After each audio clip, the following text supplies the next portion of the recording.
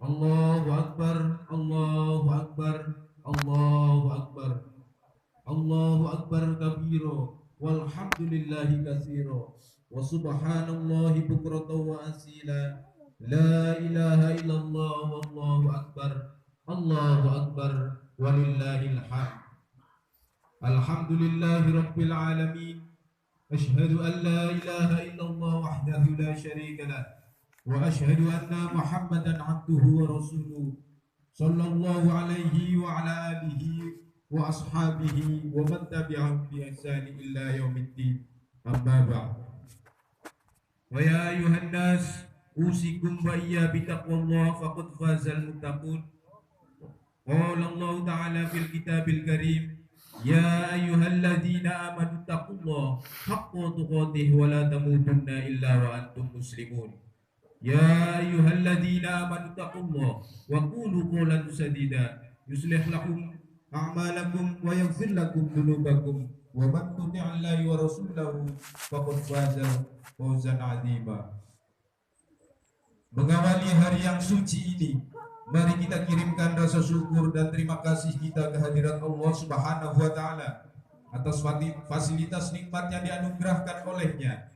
Kita mampu menyongsong hari raya Idul Fitri ini dalam keadaan sehat walafiat serta dalam naungan iman dan ihsan. Salawat dan salam tak lupa kita kirimkan kepada baginda Nabi besar Muhammad sallallahu alaihi wasallam, sosok tauladan kita yang senantiasa kita nantikan syafaat beliau pada hari kiamat kelak.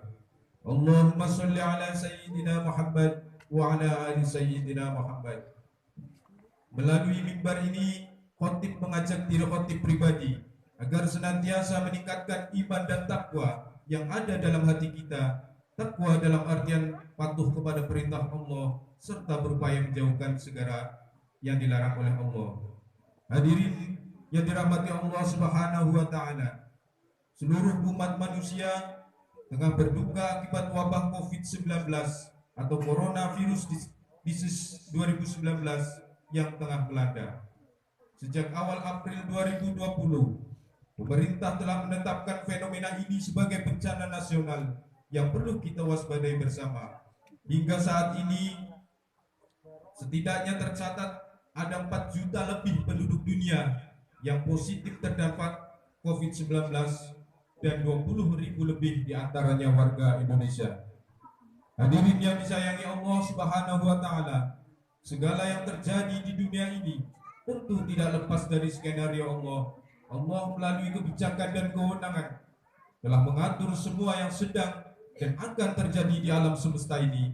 Hal ini sebagaimana juga ditegaskan dalam firman-Nya, inna kullu syai'in khalaqtahu biqadari.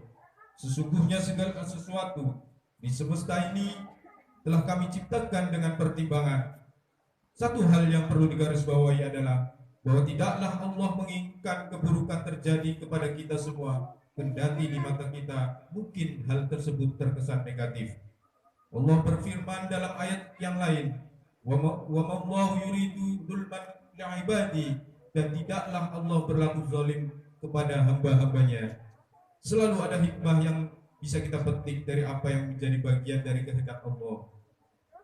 Tinggal kita saja yang harus berupaya mencari hikmah tersebut. Allahu Akbar, Allahu Akbar, Allahu Akbar, walillahil hamd. Hadirin yang dimuliakan Allah Subhanahu wa taala, fenomena ini mengubah banyak hal di dunia yang kita diami. Sejak wabah COVID-19 ini ditetapkan sebagai pandemi, jenis penyakit ini memakan korban yang cukup banyak dalam waktu singkat. Sejumlah kebijakan-kebijakan baru diambil oleh pemerintah demi memutus rantai penyebaran wabah ini. Salah satunya adalah dengan melarang adanya kerumunan di tengah-tengah masyarakat.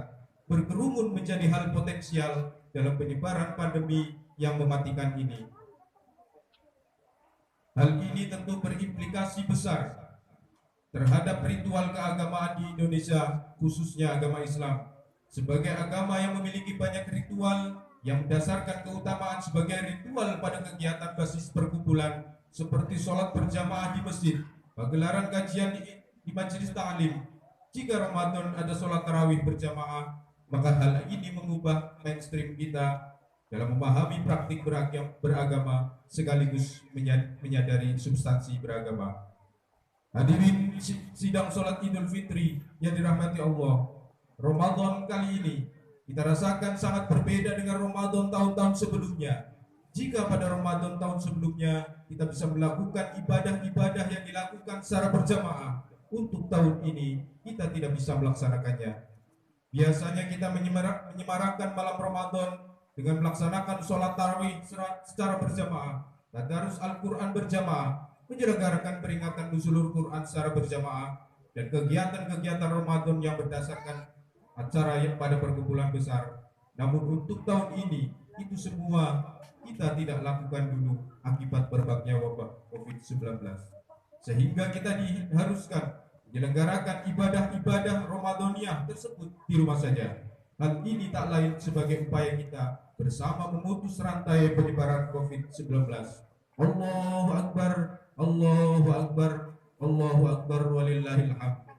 Hadirin yang tengah berbahagia menyambut hari kemenangan, berangkat dari instruksi pemerintah terkait penerapan pembatasan sosial berskala besar atau PSBB yang berimplikasi pada aktivitas bekerja dan ibadah di rumah saja, umat Islam mengkhususkan diri melakukan aktivitas kegiatan Ramadan di rumah. Hal ini tidak lain sebagai ekspresi keislaman yang bijak dan penuh pertimbangan. Melakukan ibadah adalah sunnah, sedangkan menjaga diri agar tetap sehat dan terbebas dari paparan virus adalah kewajiban.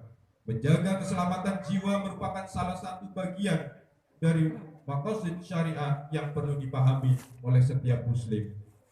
Hadirin yang dirahmati Allah, banyak yang bisa